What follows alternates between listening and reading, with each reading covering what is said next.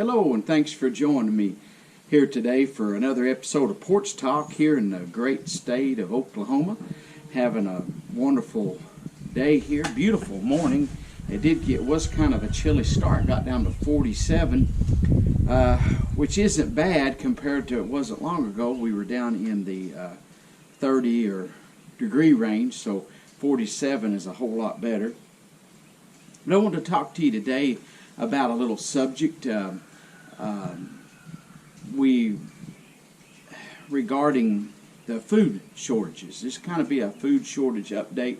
I did one last week. I know you watch the news and stuff. I'm just going to be honest with you. I know the president calls them fake news, and he really gets after them, but it seems like the news to me is leaves a lot to be desired. And what I would like to know is the facts as they are. And of course, some of the facts I have are just off of the news. But I do watch a lot of farm shows. I do read a lot of farm magazines, and I belong to a farm association. And I have friends in the industry. So I take put all that together. Not that I'm privileged with anything special, but because I am involved with agriculture here, I think this is very, very important. It's funny, just not long ago, the Department of Agriculture head, Sonny Perdue, and I think he's doing a pretty good job, pretty good fella, but it wasn't very long ago when he was saying that there was no food shortage, that our whole system was sound, not to worry, don't go out and panic buy, nothing like that. And it's everybody's instinct, most generally, to take care of you and yours. And that's just a human instinct. And, I know there's some people like my mom. She went to the store and there was 2 packages of hamburger meat left. And the store meat counter person told her, said, you better take that other one. Said, that's it. And my mom was like, well, we could use it. But she said, no, I'm not. She said, because there's probably someone coming along behind me that needs it. And so she just left it there and went on down. And just a little bit she looked down and there was somebody taking that probably really needed it. So I understand the thought about don't go out and panic buy, don't go out and be silly about all this stuff. But folks, taking care of yourself is a very serious thing. And what's broken is our supply chain. There's plenty of pork, there's plenty of beef, there's plenty of milk, there's plenty of grains right now. Now, there's been some shortage at the stores because the stores just can't get it there. The plants are shutting down, or the truck drivers won't drive. And a lot of people won't work right now because they can draw extra $600 a week from the federal government besides regular unemployment benefits, and they can stay home and do nothing and play and party, whatever they want to do. Now, some people are taking it serious. Some have actually, and I'm going to back up with something here. There are some people that have lost their jobs. They were living paycheck to paycheck, probably young married couples. By the time you get to be my age, you ought to have things lined out a little bit better. But when you first get married, unless your parents help you out a lot, and it seems like today parents do help their children a lot more than when we started. I'm not criticizing, but our parents just didn't have nothing. And so we started out with nothing, but we lived paycheck to paycheck. We were having a rough time, and if something like this would have happened, we wouldn't have had much food put back or anything. Now, we've been married 27, I think it's going to make 28 years. Josie's going to be mad because I can't remember when we got married, but she can tell you exactly the day and all the details and what everybody wore and who all was there. And all I can tell you is about the wedding is we had one, and it's been a while. But nonetheless, when we first started, we didn't have much. And if had something like this crisis come up on us, or I'd been laid off work, she worked too at a laundry. She didn't make very much money, but she worked, and we didn't have no children, and we were strapped all the time, and it was because we didn't manage our finances. We bought stuff we shouldn't have bought, toys and things. I mean, we just did dumb stuff. I'm just going to tell you. And now a lot of people that was in our situation right now, that you're in your 20s, you're 23, 24, 25, whatever age, and you're looking at me saying, how that guy don't know what he's talking about. But I do, and I wish I tell my son, he's fixing, this fall will be 22-year-old, and I tell him all the time, son, this is what y'all do. If I had to do it, could start over, I would have done it a whole lot better. Now, my son has the security of us helping him some, but I've always made him get out and work and earn what he's got. But he knows that we would back him up, if he was in a tight or whatever, and he has been before, and we've helped him. But I'm not going to get off on all that, just to say this, that there's some people out there hurting. You're in tight straits. You may know somebody, you may have children, you may have grandchildren, whatever, that are kind of in a tight strait. Maybe you need to help them some, help them and teach them, say, don't get back in this situation. But most of us, if you're watching this channel, a lot of my subscribers are like-minded individuals like we have. And I feel like for the most part everyone is. That you might not believe exactly religiously like I do, or you may not be this or that, but you understand the need to prepare, and you know the need to homestead. So what I want to talk to you today is there is a real shortage, and it's just in the supply chain. But there's things you can do. And on the last video some had asked questions, could I share things? And that's why, and we do share stuff on what to do. And one thing is raising a garden. Everybody can garden, just about everybody. I understand there's probably some that live in these big high-rises like Trump Towers that you don't even have a balcony. It may be hard to grow. But I have seen where people are going on top of roofs in apartment buildings and places. They're allowing them, and especially in third world countries, they're allowing you to garden on top of the building. Even some of our big cities here are allowing people to garden up on top of the building.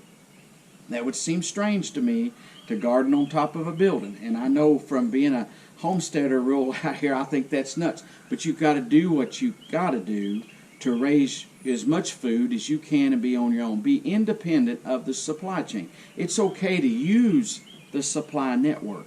But when we get so dependent upon food that is raised in Argentina, and it has to make it here to Gore, Oklahoma, that most people's like, Gore, Oklahoma, where in the world is that? We have 700 population in our town. I mean, we're big time. I just, how it gets here. I mean, it takes a lot of hands to handle the weather conditions. A lot of things have to take place to get a head of lettuce from some foreign country. Where the lettuce comes from, Argentina, I have no idea. But I'm going to tell you, I have never been to California. And I'm going to tell you one of the reasons why I've never been to California. We're in the center part of the country, and it is a long journey over there to the West Coast to go to the state of California. That's why I've not been to California. Now, there's people here that go every year to California, and it's no big deal to them. But to me, to travel that far is a big deal. So to get cabbage, lettuce, nuts, produce, fruit, whatever, from the state of California to here, I feel like takes a big undertaking. And if something happens, even politically, I don't think we're the most stable political here either. You can have instability in things that would cause a breakdown in the food supply. So doing all you can on your own is very important. So that's why we share gardening videos. That's why we share raising chickens and raising your own beef. And I'm going to share a few things this morning to kind of tell you some of the things ideas that I have that you could do especially if you're just starting out. Now I'm going to tell you, to start a garden, it takes some time. You can start it now, but you're not going to have anything for a while. Also, developing your garden skills. So you might say, well, I can't do nothing about this year. It's too late. Go ahead and get started and learn and use what you grow. Learn how to do things. Maybe you were a kid and you were taught how to garden like I was. I was taught right here on this piece of property. A lot of the principles are still the same. Have things changed a little bit? Yes, the weather has changed. There's arguments on what's causing it, whatever. I really don't care. I can just tell you that the weather has changed here. It's warmer than it used to be. Earlier it's warmer. It's warmer in the winter than it used to be. Bugs are different. There's weeds that are here now that were not here before. And there are bugs here that used to not be here when I was a child. So what I am saying is the climate is changing. Whether I'm on this bandwagon with the ones that's going out and hugging the trees and all that, I'm not going to say that. But can I say that things are changing? Yes, I will. I'll admit that part. And I'll get some ridicule. I got friends that if you see this, you'll be teasing me next time about this here, admitting it. But things have changed, and things do change. Farming techniques have changed.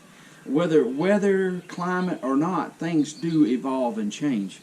And we know that because if you looked back to just 30 years ago, things are done a lot different than they used to be. So when you're dependent on a supply chain, you're dependent on the food chain, it's a scary situation. And why not? If you're capable, do things on your own. Even the elderly can graze a lot of food on their own.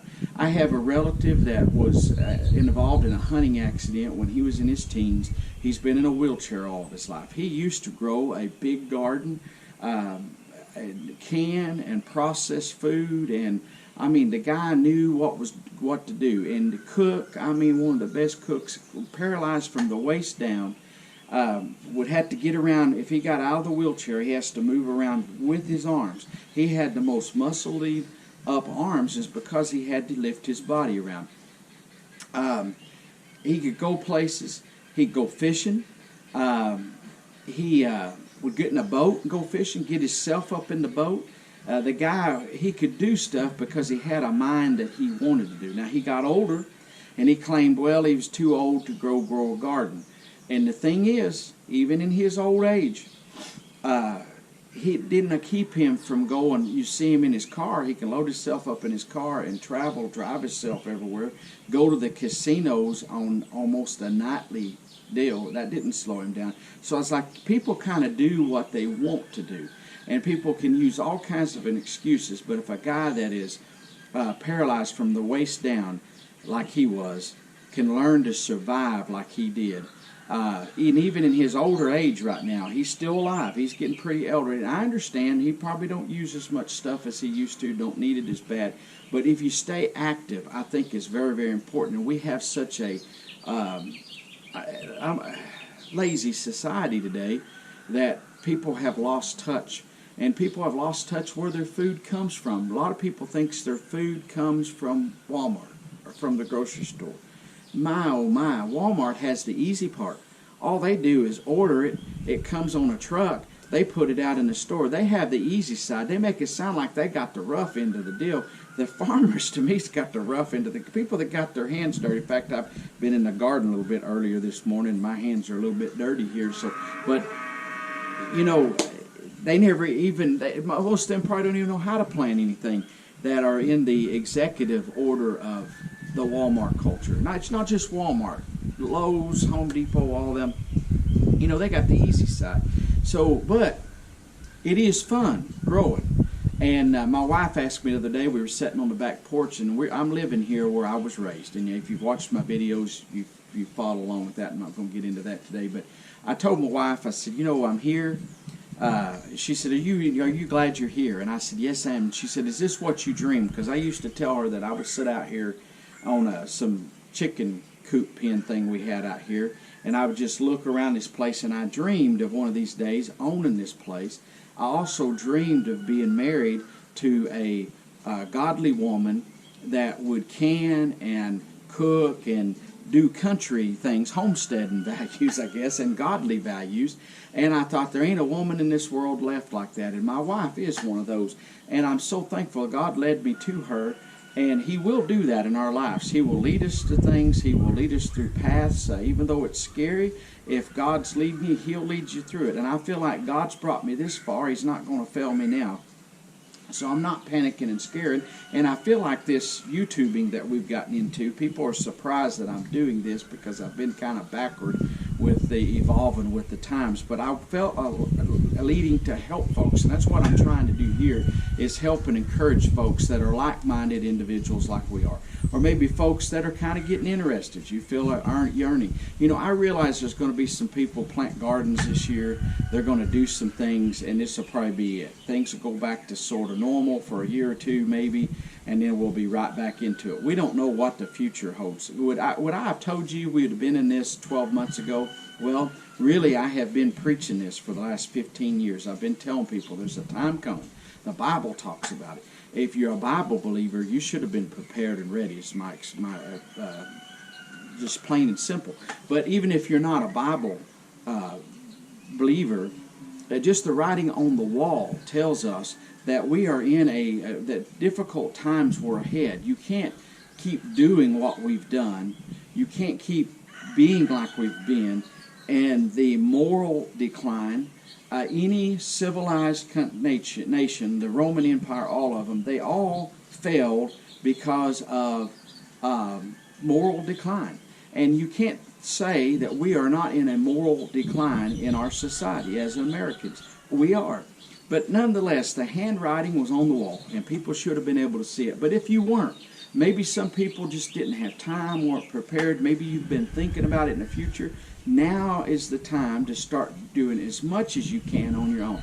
And I'm going to share just something real quick. I'm going to share this if you lived in town. This has been my thoughts. What would I do if I lived in town and I had less than an acre? Maybe just a lot. Maybe just my backyard. My backyard, this is where I've been to a lot of homes is this way. They have a little tiny backyard, and they have a privacy fence and a swimming pool. Well, if I'm having trouble coming up making ends meet, I would pump that swimming pool dry, and I'd fill it in with dirt and make me a garden out of it. But that's just me. But let's go on about that. I have no use for a swimming pool. Let's move along, though. If you want to enjoy your swimming pool, you could probably keep it and enjoy it and still do what I'm telling you to do. Let's just say for meat, for instance. You can raise Cortnex quail. I call them pharaoh quail. So if you hear me referring to quail, I call Cortnex quail pharaoh quail. There's probably some experts that'll argue with me, but I believe those quail that are remnants from the days of Pharaoh when God led the children of Israel out of Egypt's bondage, and he fed them in the wilderness. He fed them quail, and I think that's how they got the name pharaoh quail. They reproduce very quickly, and that's what I believe the Cortnex quail are remnants of. Now, some may debate that with me, and I really don't care, but you take these Cortnex quail and raise them in captivity, they do very well. They eat feed, but not a bunches of feed. You have to buy feed, so you are tied into the supply chain. But you could get you a big barrel, a 55-gallon barrel with a lid, bring your feed in, fill that full of feed, have you say 25 Cortnex hens and 5 roosters, 30 birds all together, and have eggs. You might say you wouldn't eat a quail egg. Quail eggs, I have never ate a fried quail egg, but I've ate pickled quail eggs, and they're delicious. And I would eat a fried quail egg. Their shell's hard, so you'd have to buy these special scissors or take a knife because the shell doesn't break open quite like a chicken egg does. You can study this out. I mean, there's people, gobs of homesteaders that are into quail. We aren't, but we have an incubator on order. We have a GQF incubator that is a big one. We have a little styrofoam one I don't get good hatches with, that never have. My cousins used to live right down the road here, and they had a GQF, Georgia Quail Farm incubator. I'll discuss that on another video once it comes in. It's supposed to be here Friday. They're kind of expensive, but they'll last you forever. And if you don't use it all the time, loan it out to somebody. Hatch eggs for people. You can even make extra income if you wanted to help pay for your incubator by just hatching eggs for other people. But anyway, I won't get into all that. I'm just going to tell you, you can even get you a styrofoam incubator, though. Just a little cheapo, and hatch your own eggs. Say half of them don't hatch. So what? Throw them out the door, feed them to whatever you got to feed them to, throw them away, whatever. Raise those babies up. You've got a constant egg supply. You also have a constant meat supply. Now, I'm going to tell you about quail. I love fried quail. The way I process quail when I have them, mostly I have ate wild quail, but I have raised quail before, so I can tell you they're easy to raise. The ones that I prefer, really, the wild bobwhite quail is the best eating. We don't have them around here anymore. And raising them in captivity, the bobwhite doesn't seem to taste as well. And so the Cortnex quail, they're a captive breed anyway. But I like them fried. I've had them kind of baked in different ways, and they're okay. But I love to eat fried quail, and I'm going to tell you what I like to eat is the little eggs. And they're only about that long, but there is some meat on them little eggs. And when I was growing up, the reason for that is my dad, sisters, and moms would eat the breast. And there's a bunch of breast meat on a quail. There ain't a whole lot on them legs, but I mean, I learned how to chew on them legs and get it down to the bone. Some people throw the legs away. They don't even mess with them. But you bread them, fry them, they get well done. It's a dark meat, but it's really good. Now, the breast is good old white meat, and a bobwhite quail has a wonderful breast meat. Cortnex quail does too. So I have not actually ate Cortnex quail legs yet, so I'm not sure if they're as meaty as the bobwhite, but I'll find out. But the breast is just as good or just as meaty. Now, like I say, I think the wild ones have a better taste than the domesticated cage raised ones. But in a bind, at a situation, you can raise your own quail, and they are quick turnaround. You could raise them in your garage. You can build pens. There's people, I wish I could think of this. Nancy and Hollis down in Florida. You know, they used to live, I think, up in Virginia, and they've moved to Florida. Watch Nancy and Hollis, and they have some wonderful garden videos. I don't mind to share out and tell people other things. Check them out. And he's made some quail pens, and he's going to be showing start and finish. There's other people. Keeping It Dutch. He raises quail. I'm sorry, my mind's went blank on all these names of people, but some of them I raise them a little bit different than what I would, but you can tweak your version. But I like to watch somebody that's successful, and then if I feel like there's some tweaking, there's always a better way to do things, I think. So, but based on the way that I used to raise birds, quail anyway. But this quail's something easy to raise. Rabbits. Now you got to watch rabbits, because rabbits can reproduce very quickly, and rabbits are so cute and cuddly. And so it is hard. It's hard to kill a quail. You could probably, for a lot of people, it's probably impossible to even kill a quail. But to kill a little rabbit, it's a little bit hard. I raised rabbits. Rabbits are so easy, and rabbits taste good. You can do a lot of stuff with rabbit meat, but you can raise them in the garage. And there's things you can do in your garage. There's things you can do in your backyard that, if you had a privacy fence around, people would never even know you were raising quail and stuff. But if you had a little storage shed, you could put your cages in there, keep it closed up, raise the windows when it's hot weather. Whatever you had to, could put a little window unit or something if you're in a real hot climate to kind of keep it somewhat cool. Not as cool as you normally, but you have ways of raising meat, is what I'm trying to say to you. There's all different ways to raise protein stuff. There's all kinds of ways to raise gardens, raising raised beds. And there's a guy named Gardening with Leon down here in southern Oklahoma, a guy that's been around a while, and he knows what he's doing. Check out his videos. Texas Prepper 2 has got some that he's made up of wicking beds. They take these buckets that we have a molasses tub mix that comes in and we feed the cows, and I've got a bunch of them here, so we've made a bunch. They work very well. You can set them along your backyard perimeter. I have made some, and I've got videos. Check out my videos too. I got garden videos, and I've got raising these wicking tubs, I call them. But they don't take a lot of water. You can water them once a week. They're up, they're raised up a little bit, so you don't have to bend over so much. If you were in a situation like in a wheelchair, you could go along and roll along and take care of these because they're raised up a little bit. Now you might need help getting them started. You could get some kid, pay them a little money to come and help you. If you got a niece, nephew, grandchildren, whatever, say, hey, come help me get these wicking tubs, put them along your fence. You could go along and take care of them and raise vegetables. So there's a lot of stuff to do. I want to touch on a subject real quick. Is the president ordered a military thing to force the meat processing facilities to stay open, that they're essential business, and they are essential. This is the thing. You can't force people to work. And I know they've already said they're not going to force people to work. You just can't. I'll just give you an example. A few years ago, the longshoremen, the people that work on the coast, and they empty these containers. These containers are unloaded onto ships or offloaded from ships, and they open the containers, take the contents out, or they put the containers on trucks and they're hauled out. But they have people that do that called longshoremen, and they were going to strike. They didn't like the money they were getting paid. They didn't like the way they was being treated, right or wrong. I wasn't enough into that situation to give an opinion of that, except for they were going to strike, and President Obama says you can't strike, it's against the law. They could arrest you for it because you're part of a system that when you agreed to do it, you're going to work.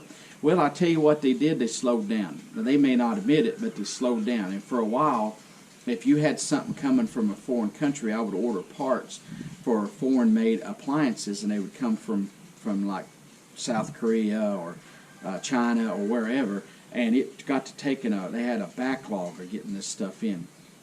So they finally got their raises, they got things worked out, and they went back to working like normal. But so, I know these communist and socialist countries force their people to work, and they go out to farmers' places, and if you don't grow enough crops, they force you into it. If you don't, they'll get rid of you. If you have a problem, they'll bring another family in from town, they'll train them, tell them to take over your crops. If you don't raise enough food, you don't do what they want you to do in the communist countries. And a lot of people wish it was that way here today, but because we've been a democracy, it's going to be hard to ever force people to work at the plants. It's going to be hard to force them to do anything. So the government's going to come in there and work with them and help them be protected, and that should help our food supply chain. It should get the meat industry, it should get a lot of the industries back. The fact that they're testing more people and they're testing positive is because they're testing more people. The tests are more available. They're spreading it out all over. You're going to see the number of cases increase. I tell you what I'm looking at is the number of people that are hospitalized because of it, and that number has been coming down. So the number of people that's infected is already out there. You're going to see a bunch of people infected because this started way before we even knew. I think it was a man-made thing. I think it come from China. I sometimes have my thoughts it may have been on purpose. That's just my own opinion. Nonetheless, Trump had touted our economy, how great it was, how good we were doing, and he was running on that. And I believe somebody's tried to kick the feet out from under us and call me a conspiracy theorist, whatever you want to. I can't do nothing about none of that anyway. All I can do is make the best of a bad situation, and that's exactly what we're doing here, and that's what I want to encourage you to do. But whatever it is, we don't need to be vulnerable. We need to do all we can to support ourselves. JFK said, "Ask not what your country can do for you, but what you can do for your country." And I say this, don't ask what your country can do for you, but what you can do for yourself.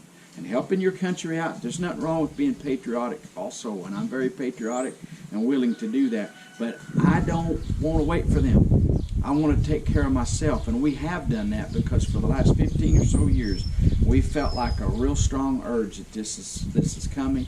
Millions of people have done it, and now even more now are believers that something was coming, and they feel like they might have waited too late. I think there's going to be food to eat. I know there's lines of people waiting at food banks, and I feel for them. Let this be a learning curve, a learning lesson. I'm glad last year I bought seeds and put back, but I usually put them in a military ammo container deal and freeze them. Freezing will make seeds last for a long time if they're frozen, and they do this. They have food or seed vaults that they actually freeze the seeds for long-term stability. But nonetheless, froze seeds. Well, last fall, I do it every fall. I go and buy my next year's seeds, but I couldn't find my seeds, and I was like, "What did I do?" So I had to go buy seeds. Well, I got to the co-op to buy seeds, and they're about sold out and very slim pickings. Well, Josie found my seeds. They're in the freezer, but instead of putting them in a military container, ammo container, plastic one, I had put them in just the sack that they come in. I had just folded them up, and I'd put them in the freezer. And so I didn't realize that sack was my seeds. I was looking for this container. But anyway, she found the seeds the other day, and I'm glad because I'm going to plant a little more than normal here, and I was needing those seeds. So anyway, I have done this for several years now, probably the last 10 years, that I have gone in the fall, bought my seeds for the next year so that if something like this happened, I wouldn't be short on seeds. But then I couldn't remember where I put them. What good does that do? I guess you call a middle-age moment. You know, they have senior moments, but but anyway, folks, I've been rambling on here long enough, but there's some little tidbits of what I would do if I was looking at this thing right now, what you can do quickly and get started. Meat-wise, quickly you can get started in the garden. And when I say quickly, you're going to get started now. It's going to be a month or two before you get produce. It's going to take you a year or two before you get real good at growing stuff. And you're going to find the first time you plant certain things, tomatoes, you're going to find that those do real well. But maybe your corn doesn't do good at all. The squirrels eat it all. The coons eat it all. The birds eat it all. The worms take it all. Whatever. You're going to find some things don't work as good the first time. So you're going to say, okay, next year I got to really work on this corn, and I got to study that. So you will. You'll study out new ways. You'll try again. And you might have a bumper crop of that, but the tomatoes you planted the same way you did last year may not do as good. So just to keep that in mind. It also takes a while to build everything up. If you want to have, I'm just going to use ours. I could use a bunch of other people on YouTube that have homesteads, but just to do ours, it has took me, we've been living back here now 12 years, roughly 12 years. So to get where we are right now, the garden spot's always been here, but to fix it up, improve the soil, to build the raised beds, to do everything we've done, it's took us 12 years. I've even bought better equipment, tiller, garden hose and stuff, things that I did not have when I first started here, and I just add a little bit every year, and I keep building. Our prepping supplies, putting back canned goods and stuff. The very first year that we lived back here, we started prepping. I built a shop building. We put some stuff up in the attic up there that was okay to put. We built a little room, put some stuff in there, and we started slowly preparing stuff. And then the next year we increased that. The next year we increased to where now we have probably enough food and stuff to live on for a year without much trouble. I know some have 2 or 3 years, some have 15, 20, a lifetime worth of food, like those ready to go, ready to eat meals, meals ready to eat, whatever you call them. But hey, I don't like those things. But in a pinch, they would work. That's something too. If you lived where you couldn't grow a garden, you could go buy from other people, can it yourself. If you don't want to get in that, buy it already canned. Buy your vegetables canned already, slide them under your bed, put them up in your closet. Some of that junk you got that you're not ever going to use, get rid of it out of your closets and use that. Clean out under your bed. You'd be surprised what's under folks' beds. Get that junk out of there, clean it up, slide, or you can get a flat of like green beans, get you a flat of them. Maybe this month it's got 24 cans, however many comes in the flat, I can't remember. Slide that under your bed. If you like cream style corn, get you some of that. I don't much care for that yucky stuff. Get you some whole kernel corn. You can slide it under the bed. Asparagus, whatever it is you like, start prepping a little bit back. And you'll be surprised. In a year's time, you'll be set up and going good. And but if you go out right now and panic, and it seems to me like, I'm going to throw something else in here. I keep wanting to close with this. John Tyson's another big people. John Tyson is over the Tyson Company, the head of it, the president, CEO.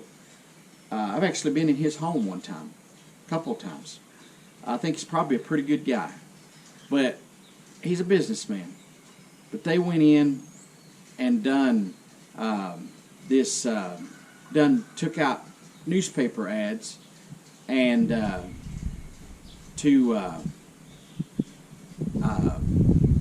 about food shortages and put in the big papers everywhere, and it's almost like to me that that's kind of self-serving.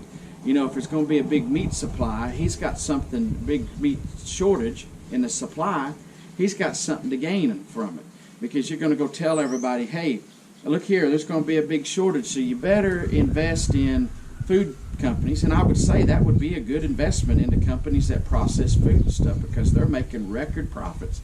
Right, they were up to making $1,200 per processed beef that they buy it for $12, and they set making a $1,200 profit after just recently. Their wholesale price of beef that they sell out is record prices. That is probably something good to invest in. Now, people like myself that sell beef, our price we're getting paid is down, down, down, because the food chain has been dammed up, because it's blocked now because they're not processing the meat. Now, hopefully that'll get right back into order and things will pick up. If you're raising hogs, chickens, beef, you know what I'm talking about. But anyway, he took out some ads, and that kind of seemed like to me self-serving and was going to drive a panic and cause people to panic buy. So we may see some, maybe that wasn't his intentions, but it looks kind of fishy to me.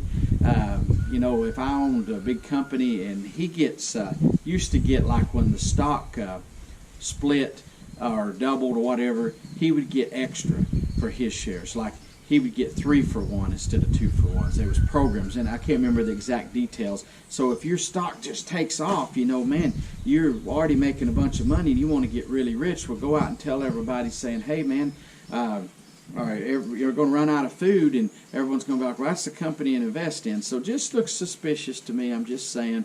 But I do believe it is true. I believe what they were saying was true. But I think the news media and the government officials just need to come clean and tell us, hey, this is what's going on. We're trying to fix the problem and go with it from there. Hey, I'm going to try to fix the problem myself for me and my family, and I hope you will too, and I hope that you'll be blessed in what you're doing. If you have a question or if we can help you, we will. We're certainly trying to put a video up if I can almost every day. It's sometimes I have trouble getting them uploaded, but I'm trying. If you're not a subscriber, subscribe to our channel. If you are a subscriber, we sure appreciate it. Click that little bell, then you'll be notified. After you subscribe, a little bell will come up. Click that, and it'll let you know when we upload videos here. And also, leave a comment down below. Something that's going on with you, a challenge you're facing, trying to maybe prepare food or grow your garden. I love watching, reading all the comments. Also, give us a thumbs up if you like the video. We sure do appreciate all of our new subscribers. Been a bunch of you subscribe. I want to say thank you, and all our loyal ones. Some of you's been with me since day one, and I remember some of the first ones I got is to subscribe to my channel. I thought nobody's ever even going to watch this at all, just a bunch of silliness. I did here one, and I do appreciate it. And I feel like well, if you want to help us, that is the way to help us, is by subscribing to our channel. And we sure appreciate it. May God richly bless you. We'll see you next week here for some more Porch Time. Trying to upload this every week and have it ready at 7 o'clock on Tuesdays. Lord willing, that's what it'll be, this video here, and then the ones to come in the future. God bless you. We're gone.